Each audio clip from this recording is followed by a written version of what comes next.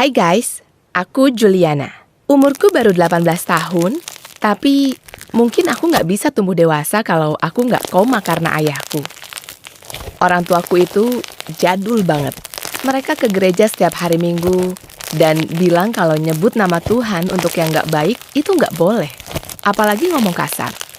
Kakakku yang lebih tua 7 tahun, Matias, disuruh tinggal sama omku cuma karena dia mabuk sekali di umur 17 dan dia ditegur polisi. Aku takut orang tuaku tahu kebiasaan buruk aku. Tapi jelas bukan lewat kekuatan internet. Jadi, aku sering vaping dan upload videoku ke sosmed. Aku suka vaping karena 3 hal. Pertama, fans. Kedua, ngerokok bikin tahan lapar dan aku harus tetap kurus untuk fansku. 3, rasanya enak. Tapi ada satu orang yang bukan fans berat aku. Ngerti kan maksudku? Adikku, Margaret. Dia lebih muda 3 tahun dari aku. Dia pucat pasi, juara 1 matematika, selalu dipilih terakhir kalau dodgeball. Seharian selalu main laptop. Dan buat apa? Ngobrol sama 7 temannya. Aku sebut geng cupu mereka, si perawan cantik dan 7 anak culun. Kami masuk sekolah yang sama, tapi geng dia nggak akan bisa nyampur sama teman aku. Jadi, aku tenang aja kalau bawa rokok elektronik ke kelas. Pada saat itu, aku nggak nyangka kalau semua bakal berubah. Suatu hari setelah pulang sekolah, adikku masuk kamarku sambil bawa HP. Dia nunjukin aku akun Instagramku. Dia suruh aku berhenti merokok atau dia bakal aduin ke ayah. Aku marah banget. Berani-beraninya dia ngancam aku. Aku kakaknya. Pertama, ini nggak bahaya. Kedua, kalau ayah tahu, kamu nggak nyelamatin aku karena ayah bakal bunuh atau ngusir aku dari rumah. Ketiga, kamu cuma iri karena aku lebih populer dari kamu. Terima aja. Aku teriak ke dia. Sejak sore itu, aku dan Maggie nggak banyak ngobrol. Makan malam keluarga memang sepi, tapi sekarang itu sunyi kayak di kuburan. Aku masih upload videoku, #VapeLife. Tapi aku nggak bisa larang adikku dari ngefollow aku, karena dia tahu cara lain. Aku rasa dia bikin akun palsu yang bahkan nggak bisa aku cari tahu. Videoku terkenal dan aku dapat DM dari banyak cowok yang aku sebut cowok baik-baik pakai steroid. Aku nggak lihat apa yang salah dari ketemu mereka di dunia nyata. Bahkan ada satu yang aku sempat dekat. Saat itu aku nggak sadar kalau itu kesalahan besar. Caleb lebih tua dari aku, tapi dia kelihatan baik. Dia nggak terlalu menarik saat chat bareng, tapi dia punya mobil, dan itulah yang bikin aku jadi tertarik sama dia. Tapi dia mulai chat aku berkali-kali. Awalnya aku diemin aja, lalu aku blok dia dari channelku. Tapi aku mulai lihat mobil dia di luar sekolahku.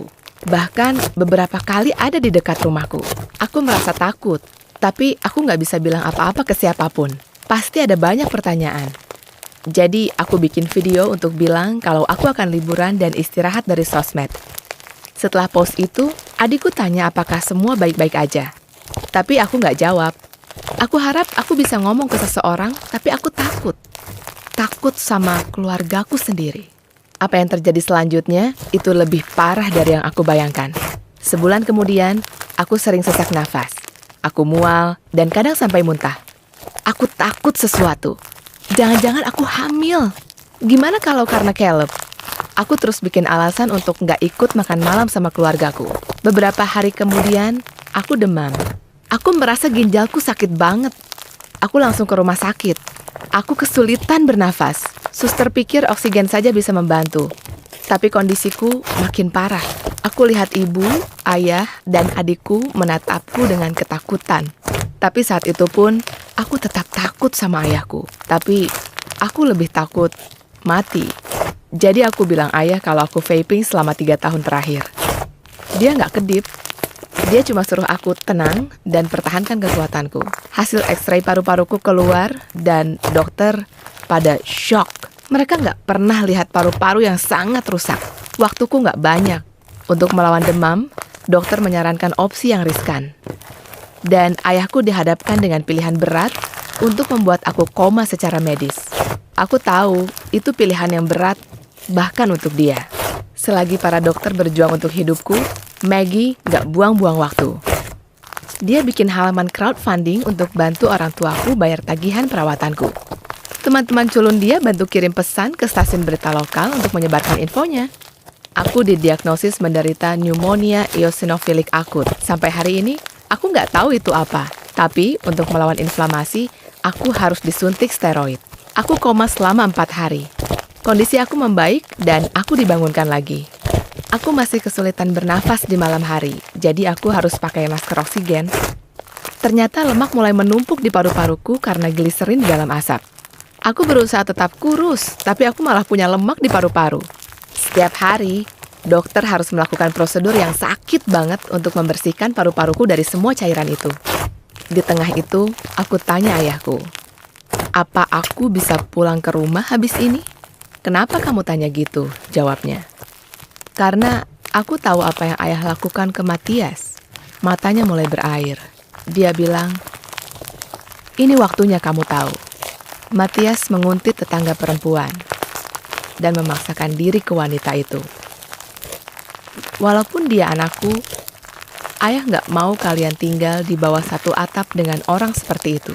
Keamanan kalian, itu yang paling utama untuk ayah." Kami berdua nangis. Seminggu kemudian, kru berita komaku datang ke Maggie untuk membahas platform crowdfunding dan kondisiku. Satu kota tahu dia setelah itu. Dia punya jauh lebih banyak penggemar daripada aku. Dan aku hapus semua sosial mediaku. Karena 3 alasan. 1, aku sudah cukup dengan steroid dan cowok. 2, nggak ada satupun dari vape lifers yang peduli kalau aku mau mati atau enggak. 3, dan yang paling penting, karena aku sadar kalau satu-satunya orang yang patut diikuti itu adikku. Dan aku adalah penggemar terbesarnya. Suka